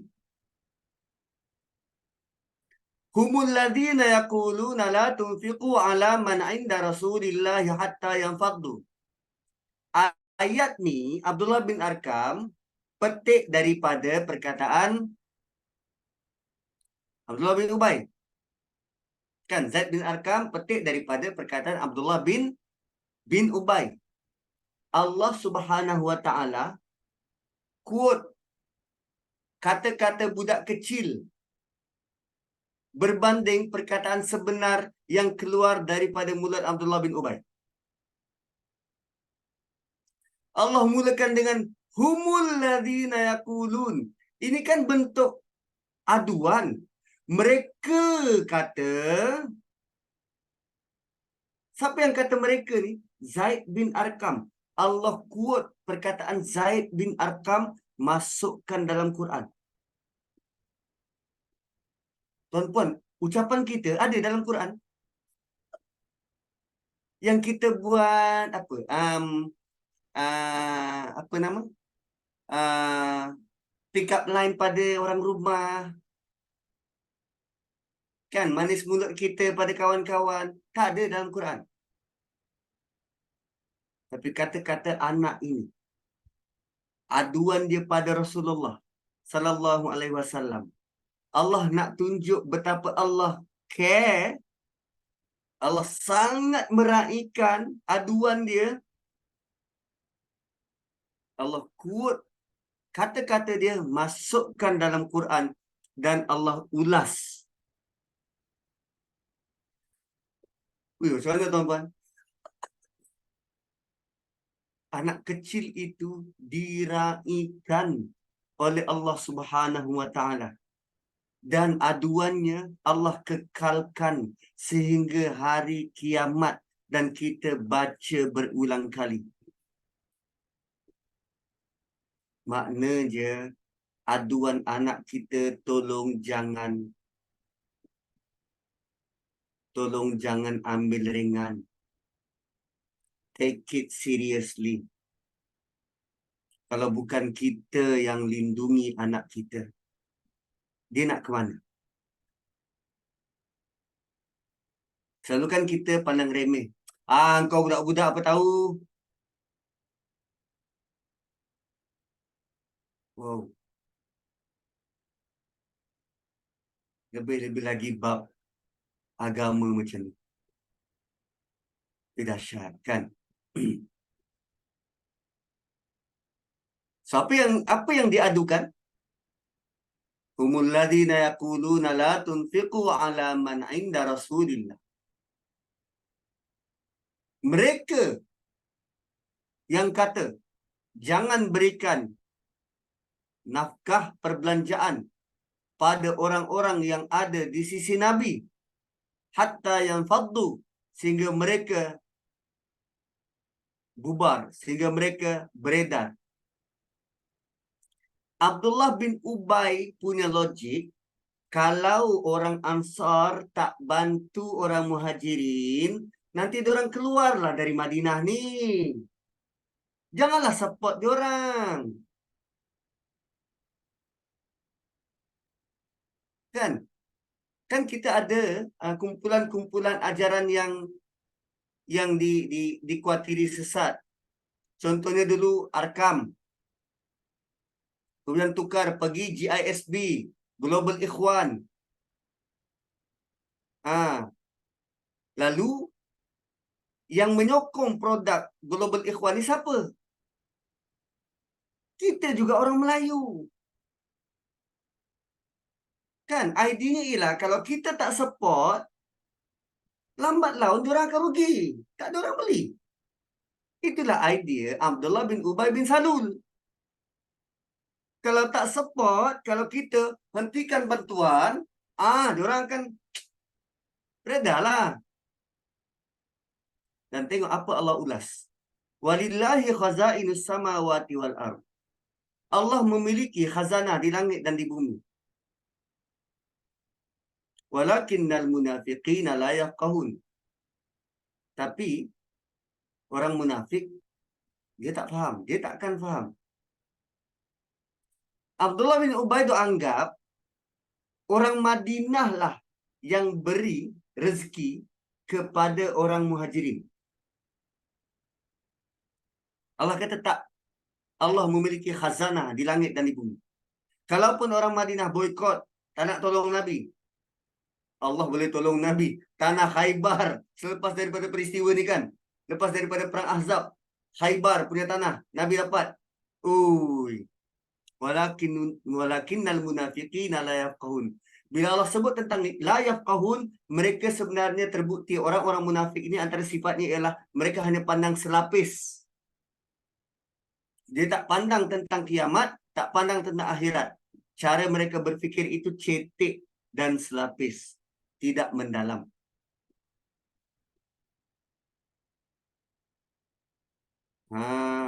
Lakinnal munafiqina la yafqahun. Bayangkan Abdullah bin Ubay kata orang Mekah itu anjing-anjing Madinah. Mereka itu anjing-anjing yang memerlukan pertolongan dan makanan dari orang Madinah. Itu bahasa yang digunakan. Kan? So dekat sini bila dia kata la tunfiqu ala man inda Rasulillah, orang munafik suka buat propaganda. Suka buat propaganda. Propa je lebih. Suka menghasut. Suka buat propaganda.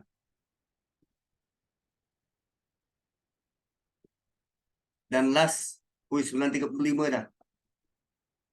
Yaquluna la irraja'na ilal madinati la yukhrijannal a'azzu minhal adzal.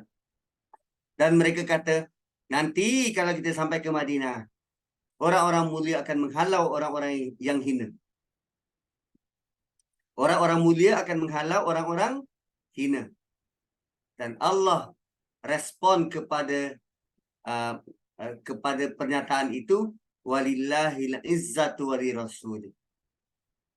Kemuliaan semua itu milik Allah. Dan kepada Rasulnya dan kepada orang beriman. Allah memiliki izzah. Allah memiliki kemuliaan. Dan Rasul diberikan kemuliaan itu dan kepada orang beriman. Cuba tengok. Kita pun dapat bentuk kemuliaan itu. Walakinnal munafiqina la ya'lamun. Tapi orang munafik tak tahu. Diorang tak tahu hakikat tu. Tadi tak berfikir. Sekarang diorang tak nampak. Alimah. Diorang tak tahu. Tak tahu macam mana. Diorang salah anggap tentang kemuliaan. Bagi dia yang mulia ni rumah besar. Kereta besar, ada pangkat. Tu la ya'lamun. Dia menilai kemuliaan itu dari sudut apa? Dari sudut material. Benda nampak. Dan itulah sifat orang munafik merasakan diri mereka lebih baik dengan memandang rendah orang lain. Dan 3 ayat terakhir adalah tentang infak dan nafkah. Ayat pertama, ayat 9, jangan dilalaikan dengan urusan harta dan anak daripada mengingat Allah. Siapa buat begitu, dia rugi. Itu ayat 9. Ayat 10, nafkahkan sebahagian daripada rezekimu sebelum datang kematian. Kan berbeza dengan idea kita tentang duit. Kan? Kita kata segalanya perlu duit. Allah kata tak. Tentang nafkah, tentang harta, beri. sebelum datang kematian. Kan kita rasa tak ada duit macam nak mati. Allah kata engkau kena beri duit engkau sebelum kau mati. Sebab bila kita tak grab peluang tu, Allah datangkan benda future. Laula akhartani ila ajalin qarib. Ini benda akan datang. Penyesalan daripada orang yang tak sempat nak bagi dan dia mati. Kalaulah aku ada masa sedikit saja supaya aku boleh beri, fa asaddaqa, aku akan bersedekah. Wa aku minas salihin, dan aku akan jadi orang saleh. Bayangkan dia minta sedikit masa, tapi dia punya janji tu bulan bintang. Salihin dikenali sebagai orang soleh. Salihin dikenali sebagai orang soleh. Walan yuakhirallahu nafsan idza jaa ajaluha. Allah takkan mengakhiri riwayat orang kecuali bila sampai ajalnya. Wallahu khabirum bima ta'malun. Allah tahu apa yang kamu kerjakan. So basically surah Munafiqun surah Munafiqun dia adalah tentang jawapan dari Allah kepada kanak-kanak Zaid bin Arqam. Zaid bin Arqam. Dan terbukti kita hanya tahu nama Zaid bin Arqam melalui surah ni. Dan kita tak tahu sejarah dia, kehidupan dia selepas ini, sebelum ini, dia punya keturunan tak tahu. Begitulah nilai Zaid bin Arqam yang ada dekat keliling kita. Nasihat dia tu berguna, bermakna, teguran dia tu bermakna, tapi kita tak ambil tahu. Ada ramai suara-suara kecil, bukan seperti kanak-kanak. Mungkin staf kita, mungkin kawan kita yang menegur, buat aduan, kritikan, tapi kita abaikan. Rupanya teguran dan kritikan itu Allah sangat ambil peduli. Sehingga Allah quote perkataan Zaid, bukan perkataan Abdullah bin Ubay. Perkataan Zaid dimasukkan dalam Quran. Itu soalan. Kenapa tak dihalau sahaja Ustaz? Munafik ni banyak kerosakan yang dibuat. Sebab mereka mengaku beriman. Kerana mereka mengaku beriman. So pengakuan mereka tu dijadikan perisai. Allah sendiri kata, pengakuan mereka tu dijadikan perisai. Dan Nabi adalah orang yang sangat baik. Nabi halau Yahudi, Qainuqa, Quraizah, Bani Nadir. Terbukti mereka melanggar piagam Madinah. Melanggar perjanjian piagam Madinah. Tapi dengan orang munafik, mereka mengaku beriman. Satu Nabi tak ambil apa-apa tindakan. Nabi tak ambil apa-apa tindakan. Satu, hal ehwal tentang munafik ni dia sangat kompleks. Dia sangat kompleks. Sebab Nabi tak ambil apa-apa tindakan. So kita pun tidaklah boleh sewenang-wenangnya kata orang tu munafik dan jauhkan dia. Bila Allah kata fahzarhum, jauhi dia tu, macam mana? Macam mana kita nak jauhi manusia yang kita tak yang kita tak tahu hati dia tu munafik ke tak? Kan ayat berapa tadi ayat? Ni. Humul adu fahzarhum. Mereka adalah musuh kamu, jauhilah mereka. Kita pun tak tahu orang lain munafik ke tak. Sebab Nabi tak pernah tuduh orang lain munafik. So fahzarhum dekat sini boleh jadi Allah nak kita jauhi sifat itu dari diri kita. Anggap sifat tu musuh. Jauhi dari diri kita daripada sifat tu. Kerana kalau kita tak jauhi, qatalahumullah, Allah akan perangi mereka. Allah akan laknat mereka. Anna yufakun, di mana pun mereka berada. Allah tak kata orang tu. Tapi Allah beri warning pada kita. Kita dah tahu sifat-sifat dia ni. Kalau kita gagal untuk jauhi, alamak, dia kesan tu besar. Kesan dia besar. So dia banyak emosi dalam surah ni. Emosi seorang kanak-kanak, emosi orang yang nak diberi keampunan tak nak. Kan rasa macam sayang betul lah. Patutnya stay je lah Jumaat dengan Nabi. Nabi boleh minta ampun, tapi tak nak. Dia tak nak.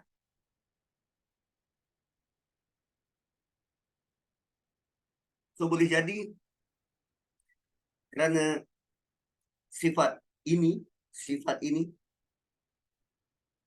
kalau tidak dirawat dengan baik, dia akan hasilkan kekerasan hati yang tak mungkin boleh dilembutkan kecuali dengan api neraka. So tuan-tuan dan puan-puan, terima kasih bersama-sama melihat surah Munafiqun pada malam ini, dan insyaAllah bertemu pada siri-siri akan datang. Barakallahu li wa lakum. Tak tahu Syazah ada ke tak, tapi sebab tadi dia kata dia ada latihan, dia kena handle latihan. Jadi apa pun, kita tutuplah kita punya. Atau ada siapa-siapa nak tanya soalan? Tak ada kan? Kita tutuplah kita punya majlis. Ada Ustaz. Okey, ada. Sila. Tak puas hati lagi, tak boleh move on sebab munafik ni dalam ayat Al-Baqarah tu memang even dalam ni pun Allah kata memang mereka ni tak beriman, jadi kafir lah kan Ustaz? Boleh ke? Tak, Allah tak kata kafir pun. Tak boleh kata kafir. Tapi Tak. kita tak disolatkan tu Ustaz. Huzaifah tak solat jenazah. Itu setelah Allah turunkan ayat surah Baqarah tu. Okey. Tapi Abdullah bin Ubay Nabi solatkan. Tapi Allah tegur lepas tu kan? Ya, Allah tegur lepas tu. So apa status dia Ustaz? Okey. Di zaman Nabi, Nabi ada untuk justify orang ni munafik atau tak. Allah beritahu pada Nabi, dan Nabi ada untuk justify orang tu munafik atau tidak. Zaman kita, siapa nak justify? Zaman sekarang ni, siapa yang nak beritahu pada kita, betul lah kau petanggapan orang tu munafik. Suatu isu munafik ni dia sangat kompleks. Boleh jadi ada orang bertindak macam tu kerana nak selamatkan keluarga dia. Lalu dia mula berpura-pura. Sebab kita tak tahu apa yang ada dalam hati manusia. Kan? Sebab kita sangat banyak alasan-alasan. Contoh, apa yang berlaku dekat Uyghur. Kan ada orang yang berpegang dengan agama, he won't budge. Lalu kerajaan Shah dekat atas sana tu menyeksa siang dan malam. Akhirnya mati. Tapi ada yang nak mempertahankan iman, cuma dia nak selamatkan nyawa, dia sanggup untuk kata, tak, aku tak beriman. Kita tak tahu apa dalam hati orang tu, apa yang dia hadapi, apa dalam dia punya kasut, kita tak tahu. Peristiwa tu pernah berlaku berulang kali dekat Bosnia Herzegovina. Sewaktu diserang oleh Serbia. Siapa yang mengaku beriman, tembak. Ada satu kampung tu murtad. Tapi kita tahu, adakah mereka benar-benar murtad atau kerana nak menyelamatkan nyawa sendiri, nak selamatkan keluarga. Ada orang yang berpegang dengan izzah. Tapi ada orang yang rasa lenient. Tak apalah, aku mengakulah, tapi dalam hati aku tetap. Ada satu ketika dahulu dekat Bosnia tu, selepas daripada perang dahsyat macam tu, kan, cara anak-anak ni nak belajar Quran, dia tinggalkan cebisan-cebisan kecil dalam kabinet semata-mata nak baca. Ayat tu je lah yang dihafal dan diulang baca. Kadang sembahyangnya bukannya sembahyang macam kita dekat masjid. Masjid dah diruntuhkan. Cara mereka sembahyang apa? Bersandar kat dinding. Ni. Bersandar kat dinding. Sandar. dan buat pergerakan. So bila tentera lalu, seolah-olah dia macam hanya bersandar kat dinding, tak buat apa-apa. Sedangkan dengan semayang. So kita tak tahu di belahan dunia yang lain, apa yang mereka hadapi. Sama juga dengan orang kat depan kita. Kita tak tahu kenapa, apa punca dia berperangai macam tu. Satu orang-orang yang lantang bersuara dalam desta, kita tak tahu apa latar belakang apa nama sejarah hitam putih kehidupan dia tu sehingga boleh mencorak cara dia berfikir macam tu. Tapi kadang-kadang terlepas juga kita komen siapa Asiah Jalil, Siti Kasim. Tapi sebenarnya kita tak layak untuk beri komentar sebab kita tak tahu di exact perkara yang berlaku tentang diri dia dan kita tak sewajarnya untuk menuduh dia begitu dan begini. Yang terlepas tu memang kita salah lah. Bertaubat. Sebab isu ini sangat kompleks. Kerana Allah mulakan dengan apa?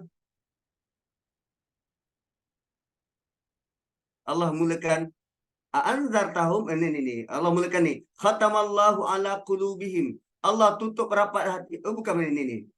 Ayat 8. Wa minan nasi may yaqulu amanna billahi wa bil yaumil akhir wa ma hum bimumin. Mereka tidak beriman. Siapa yang tahu dia beriman ke tak? Allah. Dan kalau kita tak tahu, kita tak boleh kata dia tak beriman. Malah kelayakan paling the bare minimum untuk kita kata dia tu beriman ialah kalau dia ucap salam.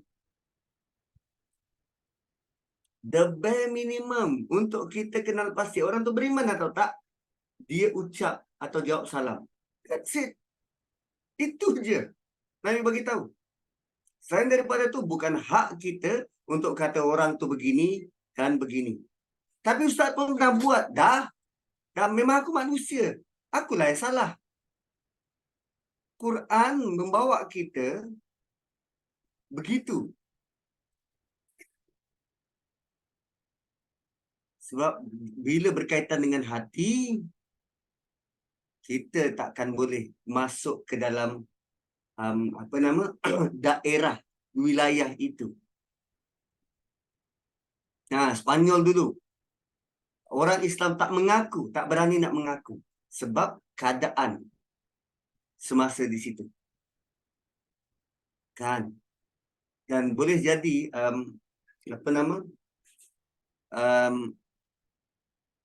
dalam keadaan sekarang pun kita tak tahu apa yang dihadapi oleh masyarakat. Ada yang tertekan nak bekerja. Lalu dia tak dapat dah peluang kerja lain. Melainkan kerja dekat 7E. 7E pula jual arak. Lepas tu bila ditanya hukum ustaz, engkau kena keluar daripada situ lah.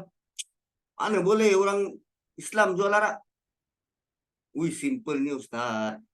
Ustaz tak tanya ke latar belakang dia, keluarga dia. Dia kerja ke? Dah kahwin ke belum? Ada anak bini ke? Ada mak yang sakit ke? So nak bagi hukum, nak beri nasihat, sekurang-kurangnya kena tahulah latar belakang orang tu. Sebab dia perlu dilayan case by case. Dia dalam buku fikah tu, dia panduan umum. Tapi bila berjumpa dengan manusia, kita perlu layan dia case by case. Gitu. Wallahu a'lam.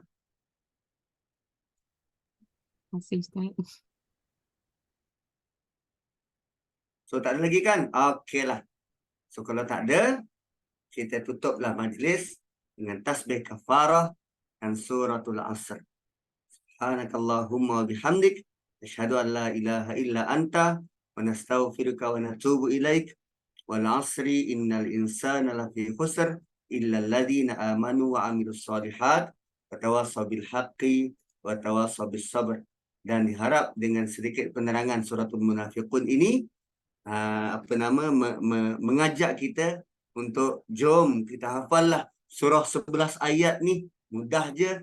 Mana tahu nanti pagi Jumaat kalau tak dapat nak baca surah Sajdah, kita baca surah Munafiqun. Sekurang-kurangnya kita berdoa, ya Allah, agar kami terlepas daripada sifat-sifat yang tak baik ini, dan pandulah kami agar hati-hati kami ini tidak fatubi'a ala qulubihim, tidak dikunci mati. Wallahu alam. Assalamualaikum warahmatullahi wabarakatuh. Waalaikumsalam. Ustaz, esok pagi insyaAllah. Terima kasih semua. Terima kasih. Terima kasih, Ustaz. Terima kasih. Assalamualaikum. Jangan lupa keluar tau. Jangan bermalam kat sini pula. Baik. Jom kita solat, jom. Ya, Assalamualaikum semua. Jumpa lagi insyaAllah. Terima kasih semua.